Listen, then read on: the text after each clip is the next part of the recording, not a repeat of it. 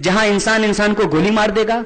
प्रधानमंत्री जी, ना आपको कोई गोली मारेगा, ना किसी आम इंसान को कोई गोली मारेगा। हमको ऐसा समाज बनाना है, हमको हिंसा मूलक समाज नहीं, हमको शांति प्रिय समाज बनाना है। इसीलिए आप ये चालाकी करना बंद कीजिए।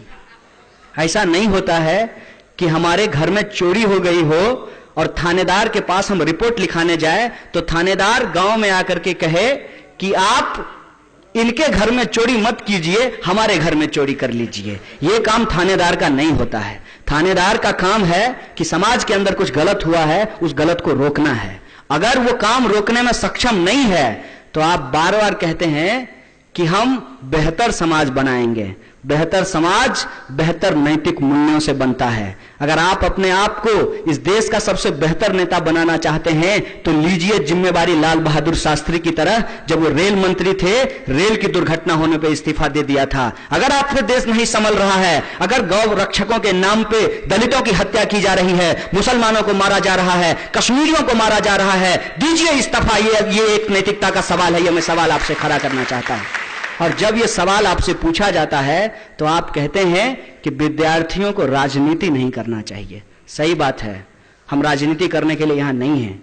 हम विद्यार्थी हैं और हमारा काम पढ़ने लिखने का है। लेकिन इस बात को हम बहुत बखूबी समझते हैं कि जब कोई आकर के आपको कहे कि आपको राजनीति नहीं करनी चाहिए, वह उसी वक्त आपके खिलाफ राजनीति कर रहा होता है। इस बात को हमको समझ में आती है। अगर हम विद्यार्थी हैं तो हमारा काम है कि हम इस देश के संवैधानिक मूल्यों को पढ़ेंगे, समझेंगे और जानेंगे। और उस संवैधानिक मूल्यों को पढ़ते और समझते हैं तो इस नतीजे पे पहुंचते हैं कि क्या खाएंगे, क्या पहनेंगे, ये कोई पार्टी तय नहीं करेगी, कोई झंडा तय नहीं करेगी, कोई विचारधारा तय नहीं करेगा, इस देश का संविधान तय करेगा। और अगर आप ईमानदार हैं, अगर आप सच में गौ माता के प्रति आपका प्रेम उमड़ रहा है, तो हम यह सवाल आपसे उठाना चाहते हैं कि जो लोग गौकशी कर रहे हैं, मुझे इस बात में कोई दिक्कत नहीं है, यहां इस मंच से खड़े तौर पर होकर बोलना चाहता हूं कि जो लोग गौकशी कर रहे हैं उसके खिलाफ अगर इस देश में जनता का सेंटिमेंट है और आप अगर उस सेंटिमेंट को डेमोक्रेटिक तरीके से जमहूरियत की बुनियाद पे एड्रेस करना चाहते हैं तो आप एक सर्वे कराइए, पूछिए हिंदुस्तान के लोगों से कि गौकशी होनी चाहिए कि नहीं होनी चाहिए। अगर हिंदुस्तान के लोग कहते हैं कि गौकशी नहीं होनी चाहिए, बैन लगाइए, चाहे वो हिंदू हो या मुसलमान हो, तमाम जो बूचड़ खाने हैं उसको बंद कीजिए। ये सवाल मैं आपसे पूछना चाहता हूं। लेकिन हमको मालूम है कि इस देश में होता क्या है। इस देश में हमेशा बात को पलट दिया जाता है। सिगरेट पीने से आपका स्वास्थ्य खराब हो जाएगा, इसीलिए अगर आप पब्लिक प्लेस पे सिगरेट पिएंगे तो आपको 200 रुपया जुर्माना देना पड़ेगा। लेकिन जो सिगरेट बनाने वाली कंपनी है उसके साथ बैठ करके रात को डिनर किया जाएगा। हम कहते हैं कि कोई चीज गलत है तो सबके लिए गलत है, चाहे वो हिंदू हो या मुसलमान हो, चाहे वो अमीर हो या गरीब हो, चाहे महिला हो या पुरुष हो, चाहे बिहारी हो या कश्मीरी हो, वो सबके लिए गलत है। हम ये सवाल आपसे पूछना चाहते हैं कि आप करें तो सही सही और हम करें तो गलत गलत, ये नहीं चलेगा। और प्रधानमंत्री जी का बयान जो आया है, उस बयान को आप देखिए कि किस तरीके से समाज को एक बार फिर से बांटने की कोशिश की गई है। प्रधानमंत्री जी ने कहा कि बादशाह लोग गाय लेकर के युद्ध में जाते थे और राजा और बादशाह की जो लड़ाई होती थी उसमें राजा हार जाते थे। मतलब ये उसी तरीके का बयान है कि उन्होंने कहा कि इतने सालों के बाद एक हिंदू प्रधानमंत्री बना है। ये क्या कहना चाहते हैं?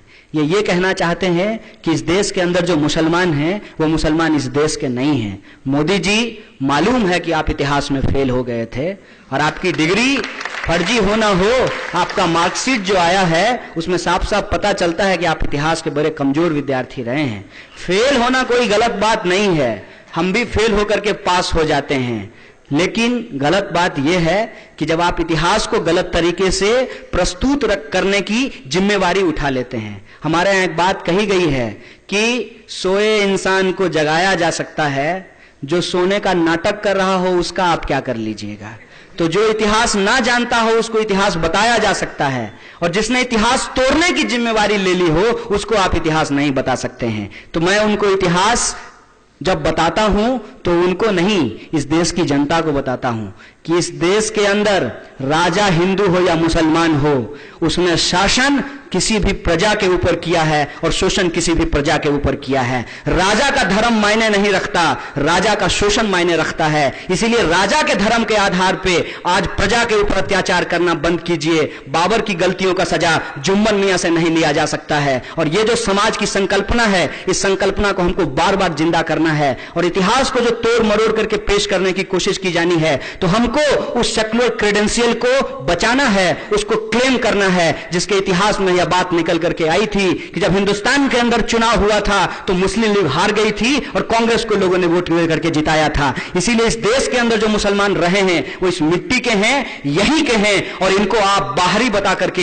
इनके खिलाफ राजनीति बंद कर कीजिए। और जो आतंकवाद का हवा खड़ा करके निर्दोष लोगों को जेलों में ठूसा जा रहा है, यह करना बंद कर दीजिए। हमारे सामने अगर सबसे बड़ा चैलेंज है तो वो भुखमरी और गरीबी का चैलेंज है। हमारे सामने अगर सबसे बड़ा चैलेंज है तो समाज के अंदर गैर बराबरी का चैलेंज है, और उसके खिलाफ हम एकजुट होकर के खड़े हो जाएंगे। जहां तक मसला है मांस का खाने या ना खाने का, मांस को प्रोड्यूस करने और ना करने का, इसका फैसला इस देश की संसद करेगी, इस देश की विधानसभा करेगी। यह तय नागपुर के संघ कार्यालय में नहीं होगा।